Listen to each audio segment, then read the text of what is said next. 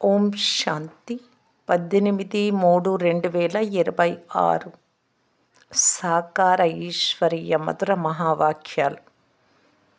మధురాతి మధురమైన సేవాధారి పిల్లలు, సేవలో విఘ్నాలు కలిగించు పనులేవి చేయకండి. ప్రశ్న: సంగమ యుగంలో పిల్లలైన మీరు పూర్తి యాక్యురేట్గా ఖచ్చితంగా తయారవ్వాలి.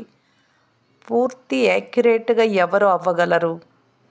జవాబు: 1. సత్యమైన తండ్రితో ఎవరైతే సదా సత్యంగా ఉంటారో వారు పూర్తి ఖచ్చితంగా అవ్వగలరు.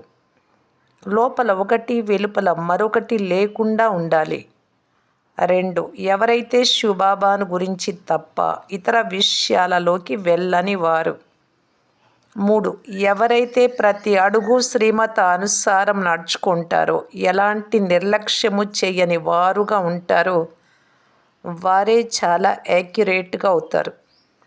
పాట: చిన్ననాటి రోజులు మర్చిపోరాదు. ఓం శాంతి. మధురాతి మధురమైన ఆత్మిక పిల్లలు పాటలోని 2 చరణాలు విన్నారు. బేహద్దు తండ్రి బేహద్దు వారసత్వాన్ని ఇస్తున్నారు అని నిశ్చయం ఉంది. ఇటువంటి తండ్రికి మనం పిల్లలుగా అయ్యాము కనుక తండ్రి శ్రీమత అనుసారం కూడా నడుచుకోవాలి. లేకుంటే ఏమవుతుంది? ఇప్పుడిప్పుడే సంతోషంగా నవ్వుతూ మేం మహారాజులుగా మహారాణులుగా అవుతామని అంటారు. ఒకవేళ చేయి వదిలేస్తే వెళ్ళి మళ్ళీ సాధారణ ప్రజలుగా అవుతారు. స్వర్గంలోకేమో తప్పకుండా వస్తారు. అలాగని అందరూ స్వర్గంలోకి వస్తారు అని కాదు. ఎవరైతే సత్య త్రేతాయుగాలలో వచ్చేవారుగా ఉంటారో వారే వస్తారు.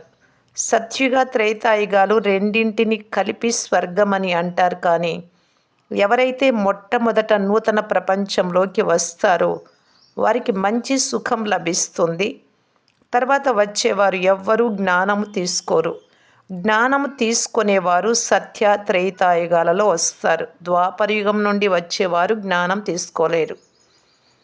వారు రావణ రాజ్యంలో వస్తారు. వారు అల్పమైన సుఖాన్ని పొందగలరు. సత్య త్రేతాయుగాలలో చాలా సుఖం ఉంటుంది. అందువలన బాగా ప్రయత్నం చేసి తండ్రి ద్వారా అనంతమైన వారసత్వాన్ని పొందుకోవాలి. ఈ గొప్ప సంతోషకరమైన వార్తను కార్డులపై అచ్చు వేయించాలి. అందులో కూడా అత్యంత ఉన్నతమైన బేహద్దు తండ్రి తెలిపే సంతోషకరమైన వార్త అని ఉండాలి.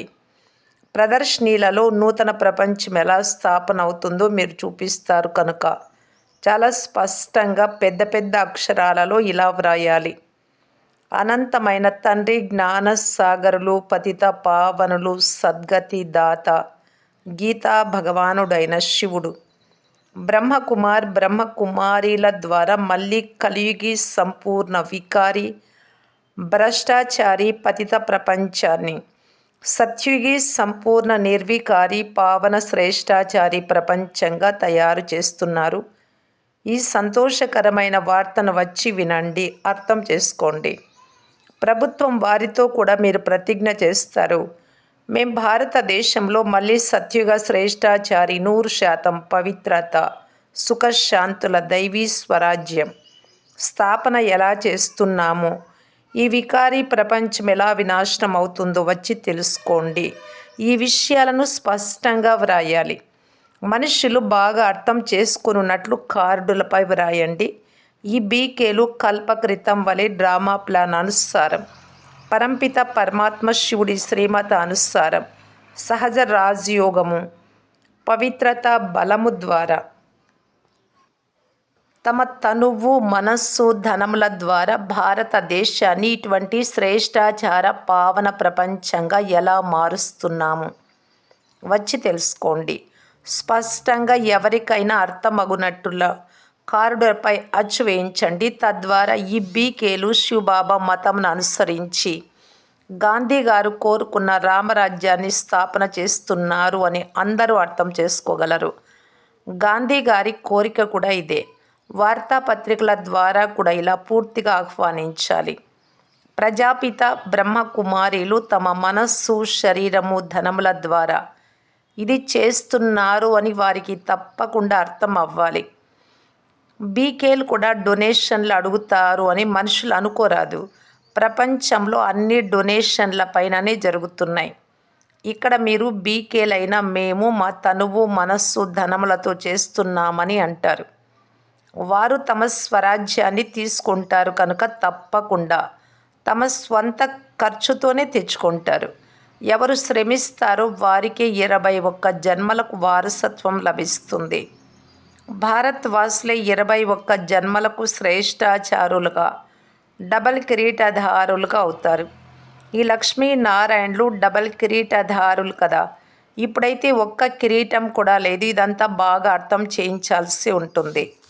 బీకేలు ఏం చేస్తున్నారో అందరికీ అర్థం చేయించేందుకు ఎలా వ్రాయాలో బాబా తెలిపిస్తూ ఉన్నారు.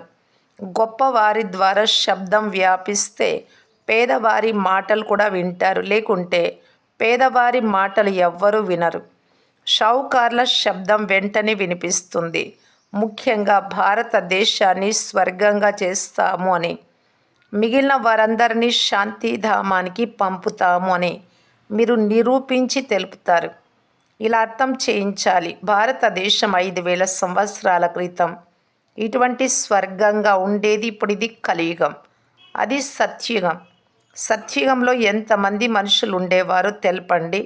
ఇది కలియుగ అంతిమ సమయం. ఇది 5000 సంవత్సరాల క్రితం జరిగిన అదే మహాభారత యుద్ధం. ఇక ఏ ఇతర సమయంలోనూ ఇటువంటి యుద్ధం జరగనే లేదు. చివరిలో 3వ ప్రపంచ యుద్ధం జరుగుతుంది. ముందు జరిగింది. ఇప్పుడు కూడా అందుకు ఏర్పాట్లు చేస్తున్నారు కదా. ఇప్పుడు ఆటం బాంబులు తయారు చేస్తున్నారు. ఎవరి మాట వినరు. తయారు చేసిన బాంబులన్నీ సముద్రంలో వేస్తే మేము కూడా తయారు చెయ్యము అని ఇతరులు అంటారు. మీరు పెట్టుకొని తయారు చేయవద్దు అని మాకు చెప్తే మేమెందుకు వింటాము అని వీరు అంటారు. ఇప్పుడు ఇరాన్ వారు అలాగే అంటూ ఉన్నారు అమెరికాతో. కానీ ఈ విధానము తయారై ఉంది అని పిల్లలైనా మీకు తెలుసు. వారికి ఎంత చెప్పినా అర్థం చేసుకోరు. వినాశనం జరగకుంటే రాజ్యం ఎలా చేస్తారు? పిల్లలైన మీకైతే నిశ్చయం ఉంది. సంశయ బుద్ధి కలవారు పారిపోతారు, ద్రోహులుగా అవుతారు. వెళ్ళిన తర్వాత తండ్రికి చెందిన వారిగా అయిన పిదప ద్రోహులుగా అవ్వరాదు. మీరు శివబాబాను స్మృతి చేయాలి. ఇతర మాటలతో ఏ లాభము లేదు. సత్యమైన తండ్రితో సత్యంగా ఉండాలి. లోపల ఒకటి వెలుపల ఒకటి ఉంచుకుంటే మీ పదవిని మీరే భ్రష్టం చేసుకుంటారు. ఎవ్వరూ మీ మాట నమ్మరు కూడా.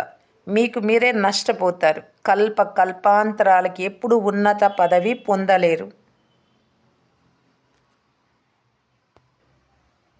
అందువలన ఈ సమయంలో చాలా ఖచ్చితంగా తయారవ్వాలి. ఎలాంటి నిర్లక్ష్యము చేయరాదు.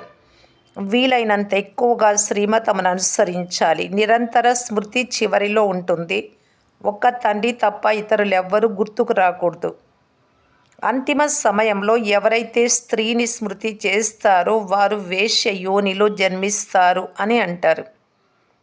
ఎవరిపై మోహం ఉంటుందో వారే గుర్తుకు వస్తారు అనే గాయనముంది.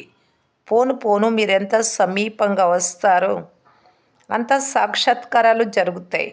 మీరు ఫలానా ఫలానా పనులు చేశారు అని బాబా ప్రతి ఒక్కరికి చూపిస్తారు.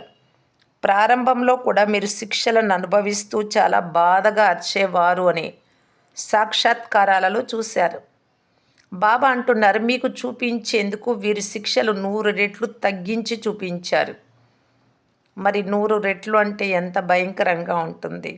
తండ్రి సేవలో విఘ్నాలు ఏర్పడే పనులు చేయరాదు. చివరిలో కూడా మీకు అన్ని సాక్షాత్కారం అవుతాయి.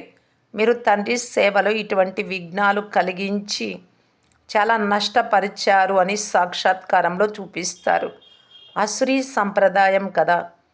ఎవరైతే విఘ్నాలు కలిగించారో వారు చాలా శిక్షలు అనుభవిస్తారు.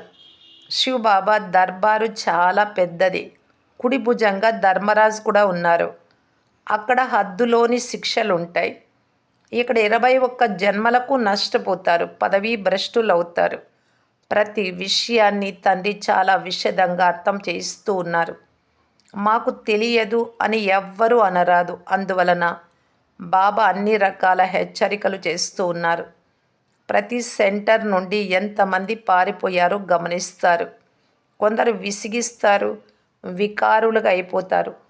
పాఠశాలలో పూర్తిగా చదువుకోవాలి, లేకుంటే పదవి ఎలా లభిస్తుంది? ఏం లభిస్తుంది? పదవులలో చాలా తేడాలు వస్తాయి. ఎలాగైతే ఇక్కడ దుఃఖధామంలో ఒకరు ప్రెసిడెంటు, కొంతమంది షావుకారులు, కొంతమంది పేదవారు ఉంటారో, అలా అక్కడ సుఖధామంలో కూడా నెంబర్ వారుగా పదవులు ఉంటాయి. వివేకవంతులైన రాయల్ బుద్ధి గల పిల్లలు తండ్రి నుండి పూర్తి వారసత్వం తీసుకునేందుకు ప్రయత్నిస్తారు. ఇక్కడ మాయతో మల్ల యుద్ధం కదా. మాయ చాలా ప్రబలమైనది. గెలుపు ఓటములు జరుగుతూ ఉంటాయి. ఎంతోమంది వస్తారు, మళ్ళీ ద్రోహులుగా వెళ్ళిపోతారు. నడుస్తూ నడుస్తూ ఫెయిల్ అవుతారు. ఇది ఎలా సాధ్యం? గృహస్థ వ్యవహారంలో ఉంటూ పవిత్రంగా ఉండగలరు అని ఎప్పుడు వినలేదు అని అంటారు. భగవాను వాచ కామ వికారం మహాశత్రువు, గీతలో కూడా ఉంది కదా. అందులో కేవలం భగవంతుడికి బదులు కృష్ణుడి పేరు వేశారు. కృష్ణుణ్ణి దేవత అని కూడా అన్నారు. అతనిది దేవతా ధర్మం. కేవలం సూక్ష్మవతన వాసులు మాత్రమే దేవతలు, మిగిలిన వారంతా దైవీ గుణాలు గల మనుష్యులు. సత్యుగంలో దైవీ గుణాలు గల మనుష్యులు, కలియుగంలో అసురీ గుణాలు గల మనుష్యులు ఉంటారు. అసురీ గుణాలు కలవారు దైవీ గుణాలు కలవారిని మహిమ చేస్తారు. ఎంత తేడా ఉంది! ఎలా ఉండేవారు, ఎలా తయారయ్యారో ఇప్పుడు మీరు తెలుసుకున్నారు. ఇప్పుడు కూడా మీరు నీచంగా, భ్రష్టంగా ఉండేవారు ఎంత శ్రేష్టంగా అవుతున్నారు. ఇక్కడ మీరు అన్ని గుణాలను ధారణ చేయాలి. ఆహార పానీయాలన్నీ సతో ప్రధానంగా ఉండాలి. దేవతలకు ఏమి నైవేద్యంగా ఉంచుతారో గమనించాలి. శ్రీనాథ్ ద్వారానికి వెళ్ళి చూడండి, మధుబన్కు సమీపంలో ఉంది. ఎంత శుద్ధ భోజనం నేతితో తయారు చేస్తారు. అక్కడ ఉండేది వైష్ణవులు. జగన్నాథపురంలో ఏం లభిస్తుంది? వట్టి వరి అన్నము. అక్కడ వామ మార్గంలోనే చాలా వికారి అశ్లీల చిత్రాలు కూడా ఉన్నాయి. రాజ్య పదవి ఉన్నప్పుడు 36 ప్రకారాల భోజనం లభించేది. అందువలన శ్రీనాథ్ ద్వారంలో చాలా సంపన్నమైన భోజనం, నేతితో తయారైన వంటకాలు ఉంటాయి. పూరీది వేరే, శ్రీనాథుడిది వేరే. పూరి మందిరంలో దేవతల డ్రెస్సులలో కూడా చాలా వికారీ చిత్రాలున్నాయి. అందువలన భోగు కూడా అంత మంచిగా జరగదు. కేవలం బియ్యపు అండాలు పొయ్యి మీద ఉంచుతారు. నెయ్యి కొద్దిగా కూడా వేయరు. ఈ తేడా ఉంది అక్కడికి ఇక్కడికి. భారతదేశం ఎలా ఉండేది, తర్వాత ఎలా తయారైంది, ఇప్పుడు ఏ గతిలో ఉందో చూడండి. అన్నం కూడా పూర్తిగా లభించదు. వారి ప్లానుకు, శివబాబా ప్లానుకు, రాత్రికి పగలకు ఉన్నంత తేడా ఉంది. ఆ ప్లాన్స్ అన్నీ గవర్నమెంట్వి, మట్టిలో కలిసిపోతాయి. ప్రకృతి బీభత్సాలు జరుగుతాయి. ధాన్యము మొదలైనవేవి లభించవు. అక్కడక్కడ వర్షం చాలా ఎక్కువగా పడుతుంది, అక్కడక్కడ పడదు.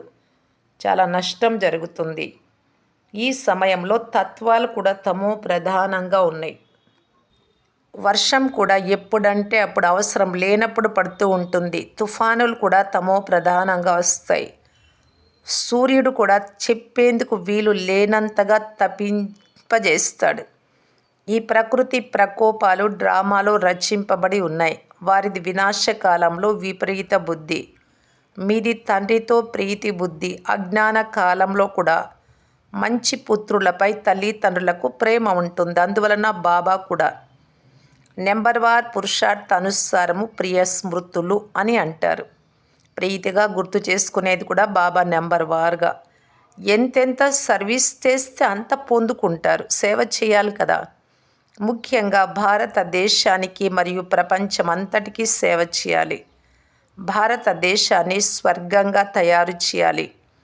మిగిలిన వారందరినీ శాంతిధామానికి పంపుతాను. భారతదేశానికి స్వర్గ వారసత్వం లభిస్తుంది. మిగిలిన వారందరికీ ముక్తి వారసత్వంగా పైనకి వెళ్ళి ఉండేటటువంటి వారసత్వమే ముక్తి. అందరూ వెళ్ళిపోతారు. ఆహాకారాల తర్వాత జై జై ధ్వనులు వినిపిస్తాయి. ఎన్నో ఆక్రందనలు వినిపిస్తాయి. ఇది అనవసరమైన రక్త ప్రవాహపు ఆట. ప్రకృతి బీభత్సాలు కూడా జరుగుతాయి. అందరూ మరణించే తీరాలి. తండ్రి పిల్లలకు అర్థం చేయిస్తున్నారు. పురుషార్థం పూర్తిగా చేయండి. తండ్రికి సదా ఆజ్ఞాకారులుగా, నమ్మకస్తులుగా ఉండాలి. సేవాదారులుగా అవ్వాలి. కల్పకృతం ఎవరు ఎటువంటి సేవ చేశారో అది సాక్షాత్కారం అవుతూ ఉంటుంది. మీరు సాక్షిగా ఉండి చూస్తూ ఉంటారు. మీరిప్పుడు స్వదర్శన చక్రధారులుగా అయ్యారు. సదా బుద్ధిలో స్వదర్శన చక్రం తిరుగుతూ ఉండాలి. మనం 84 జన్మలు ఇలా తీసుకున్నాము అనే స్మృతి ఉండాలి. ఇప్పుడు మనం ఇంటికి తిరిగి వెళ్ళిపోతాము. తండ్రి గుర్తు ఉండాలి, ఇల్లు కూడా గుర్తు ఉండాలి, సత్యుగం కూడా గుర్తు ఉండాలి. రోజంతా బుద్ధిలో ఇదే చింతన జరుగుతూ ఉండాలి. ఇప్పుడు మనం విశ్వ రాజకుమారులుగా అవుతాము, రాజకుమారీలుగా అవుతాము. మేము శ్రీ లక్ష్మిగా లేక శ్రీ నారాయణగా అవుతాము. ఈ నశ ఎక్కాలి కదా. బ్రహ్మ బాబాకు నశ ఉండేది. బాబా ప్రతిరోజు ఈ లక్ష్మీనారాయణల చిత్రాన్ని చూస్తూ ఉంటారు. లోపల నశ ఉంటుంది. రేపు నేను ఈ కృష్ణుడిగా అవుతాను, తర్వాత శ్రీ నారాయణుడిగా అవుతాను. తత్వం మీరు కూడా అలాగే అవుతారు కదా. ఇది రాజయోగం, ప్రజాయోగం కాదు, రాజులయ్యేది. ఆత్మలకు మళ్ళీ తమ రాజ్య భాగ్యం లభిస్తుంది. పిల్లలు తమ రాజ్యాన్ని పోగొట్టుకున్నారు, ఇప్పుడు మళ్ళీ రాజ్యం తీసుకుంటూ ఉన్నారు. బాబా ఈ చిత్రాలు మొదలైన వాటిని పిల్లలైన మీరు చూసి సంతోషించేందుకే తయారు చేయిస్తారు. 21 జన్మలకు మనము స్వర్గరాజ్య భాగ్యాన్ని పొందుకుంటూ ఉన్నాం. ఎంత సులభం. ఈ శివబాబా ప్రజాపిత బ్రహ్మ ద్వారా రాజయోగాన్ని నేర్పిస్తున్నారు. మళ్ళీ మనం వెళ్ళి ఇలా అవుతాం. చూస్తూనే సంతోషపు పాదరస మీటర్ పైకి ఎక్కిపోతుంది. మనం తండ్రి స్మృతిలో ఉన్నందున విశ్వ రాకుమారులుగా అవుతాం. ఎంత ఖుషి ఉండాలి. నేను చదువుకుంటున్నాను, మీరు కూడా చదువుకుంటూ ఉన్నారు. ఈ చదువు తర్వాత మనం వెళ్ళి ఈ విధంగా అవుతాం స్వర్గంలో. మొత్తం ఆధారం అంతా చదువే. ఎంత చదువుకుంటారో అంత సంపాదన ఉంటుంది అని బ్రహ్మ అంటారు. బాబా అంటున్నారు, ఒక్కొక్క సర్జన్ ఒక్కొక్క కేసుకు ₹1,00,000 కూడా సంపాదిస్తాడు. ఇటువంటి తెలివిగల సర్జన్లు కూడా ఉంటారు. లాయర్లలో కూడా ఈ విధంగా ఉంటారు. కొందరు చాలా సంపాదిస్తారు. కొందరిని చూస్తే వారి కోటు కూడా చిరిగిపోయి ఉంటుంది. ఇక్కడ కూడా అటువంటిదే. అందుకే బాబా మాటి మాటికి చెప్తారు, పిల్లలు ఏ పొరపాటు తప్పు చేయకండి, సదా శ్రీమతాన్ని అనుసరించండి, శివబాబా ఎలా చెప్తున్నారో అలాగే నడవండి. శ్రీ శ్రీ శ్రేష్టాతి శ్రేష్టమైన శివబాబా ద్వారా మీరు శ్రేష్టంగా తయారవుతారు. పిల్లలైన మీరు తండ్రి ద్వారా అనేక సార్లు వారసత్వం తీసుకున్నారు, పోగొట్టుకున్నారు. 21 జన్మల వారసత్వం అర్ధకల్పం వరకు లభిస్తుంది. అర్ధకల్పము అంటే 2500 సంవత్సరాలు సుఖం పొందుకుంటారు. మంచిది. మధురాతి మధురమైన అపురూపమైన పిల్లలకు మాతాపిత బాప్దాదాల ప్రియ స్మృతులు మరియు గుడ్ మార్నింగ్. ఆత్మిక పిల్లలకు ఆత్మిక తండ్రి నమస్తే. ధారణ కొరకు ముఖ్య సారము. ఫస్ట్ పాయింట్, లోపల వెలుపల సత్యంగా ఉండాలి. చదువులో ఎప్పుడూ నిర్లక్ష్యం చేయరాదు. సంశయ బుద్ధితో చదువు ఎప్పుడూ వదిలిపెట్టరాదు. సేవలో విఘ్నరూపంగా అవ్వరాదు. సెకండ్ పాయింట్, అందరికీ సంతోషకరమైన వార్తను వినిపించండి. మేము పవిత్రత బలంతో శ్రీమతానుసారం మా తనువు మనస్సు ధనముల సహయోగంతో 21 జన్మలకు భారతదేశాన్ని శ్రేష్టాచార డబల్ కిరీటధారులుగా తయారు చేయు సేవ చేస్తున్నాం. వరదానము, సదా పుణ్య ఖాతాను జమ చేసుకొని చేయించే ఇతరులకు కూడా మాస్టర్ శిక్షక్ భవ. మనం మాస్టర్ శిక్షకులము. మాస్టర్ అని అన్నందున తండ్రి స్వతహాగా గుర్తుకొస్తారు. తయారు చేసే వారి స్మృతి వచ్చినందున స్వయం నేను నిమిత్తము అనే స్మృతి స్వతహాగా వచ్చేస్తుంది. విశేషంగా నేను పుణ్యాత్మను అనే స్మృతి ఉండాలి. పుణ్య ఖాతాను జమ చేసుకోవాలి మరియు చేయించాలి. ఇదే విశేషమైన సేవ. పుణ్యాత్మ ఎప్పుడూ సంకల్ప మాత్రంలో కూడా పాపం యొక్క 1% పాపం కూడా చెయ్యదు. మాస్టర్ శిక్షకులు అనగా సదా పుణ్య ఖాతాను జమ చేసుకొని చేయించేవారు. బాప్ సమాన్ ఆత్మలు. స్లోగన్, సంఘటన యొక్క మహత్వాన్ని తెలుసుకున్న వారు సంఘటనలోనే సురక్షితంగా అనుభవము చేస్తారు. నలుగురు మధ్యలో ఉంటేనే సేఫ్టీ అనుకున్నప్పుడు ప్రమాద పరిస్థితిలో వారు తెలివైనటువంటి వారు సురక్షితంగా ఉండడానికి వారు ప్లాన్ అనుసారంగా నడుచుకున్నారు, అలా ఉన్నారు అంటారు. ఇక్కడ కూడా సంఘటనలోనే రక్షణ ఉంది, సంఘటనలోని యోగ శక్తి కూడా. అందరూ కలిసి ఒకే సమయంలో అమృతవేల్ కానీ, ట్రాఫిక్ కంట్రోల్ కానీ ఇప్పుడు జరుగుతూ ఉండేది. మనం విశ్వం కోసం 9 గంటలకు 1 నిమిషం ఇవ్వడం కానీ, యోగ బలం, యోగ దానం, ఇదంతా సంఘటనలో చేసినట్టయితే బలం లభిస్తుంది. సంఘటనలోని సేఫ్టీ అంటున్నారు బాబా. అవ్యక్త సూచన నిశ్చయం యొక్క పునాదిని గట్టి చేసుకొని సదా నిర్భయంగా నిశ్చింతగా ఉండటానికి బాప్దాదా తెలియజేస్తున్నారు. ఎవరు ఎంత నిశ్చయ బుద్ధి కలవారిగా ఉంటారో అంతగానే అన్ని విషయాలలో విజయులుగా ఉంటారు. నమ్మకం ఉండే కొద్దీ విజయం లభిస్తుంది. నిశ్చయ బుద్ధి కలవారు ఎప్పుడు ఓడిపోరు. ఓడిపోతే అర్థం నిశ్చయంలో లోపముంది అని. నిశ్చయ బుద్ధి విజయీ రత్నాలలో నేను ఒక రత్నాన్ని అని స్వయాన్ని భావించుకోవాలి. ఏ విఘ్నం వచ్చినా దానిని పరీక్షగా భావించి పాస్ అవ్వాలి. విషయాలను చూడరాదు, కానీ పరీక్షలుగా భావించి పాస్ కావాలి. పరీక్షలు అంటే అది మన మంచి కోసమే. నేను పాస్ అయితే ముందు క్లాసుకు వెళ్తా, అది ఎప్పటికీ రాదు. ఇంకా ఎప్పుడు ఆ పరీక్ష పాస్ అయితే ఒకసారి మళ్ళీ రాయాల్సిన అవసరం ఉండదు. అలాగా బాబా చెప్తూ ఉన్నారు, పరీక్షలుగా భావించండి, అప్పుడే మీరు పాస్ అవుతారు. దీనిలో కూడా పరీక్షలు అనే దానిలో కూడా నిశ్చయం ఉండాలి. ఓం శాంతి.